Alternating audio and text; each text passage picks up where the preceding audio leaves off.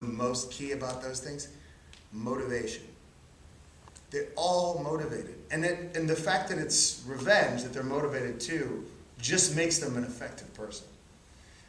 The fact that their revenge more or less takes place makes them an extremely effective person.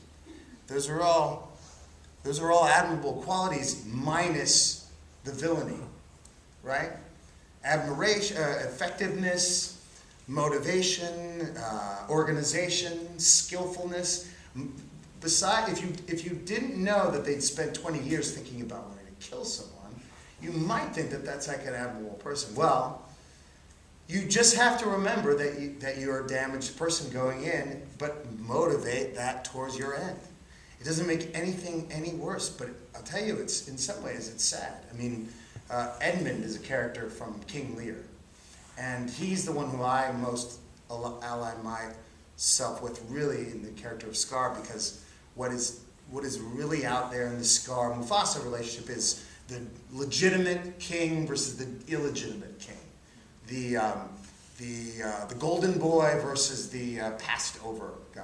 Well, that's deep, man. That's very real. That's something that I can really look at and go, if it was me, it would not only would it hurt my feelings, but every moment that I was reminded of this would hurt me even more. And then suddenly he has a child, and one of my first lines is, "I shall never be king."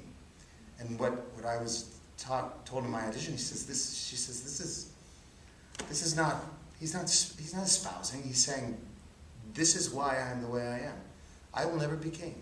I just realized this today. Well, time to get down to business. Time to make this work. This is the last day that I'm going to let this hurt me, you know? And I think that's okay. So now I'm talking about how to deeply get into the motivation of your character as a villain. You find out that there's a lot of sympathy that you can have for this character. All right, so we're there. Secondly, he's motivated. It's great how strong and bold you can be with what you want, because all the odds are against you. Not only that, nobody approves of you, so you've got to work even stronger, go even further. Now you're getting to the point what we were talking about, which is whether or not he's likable. It's great. I've got these great couple of scenes in the beginning of the play where all I have to do is just insult the king to his face. How are you not going to love me for that? And I would like to see the audience on my side. I would like to see them make it difficult for them to root against me.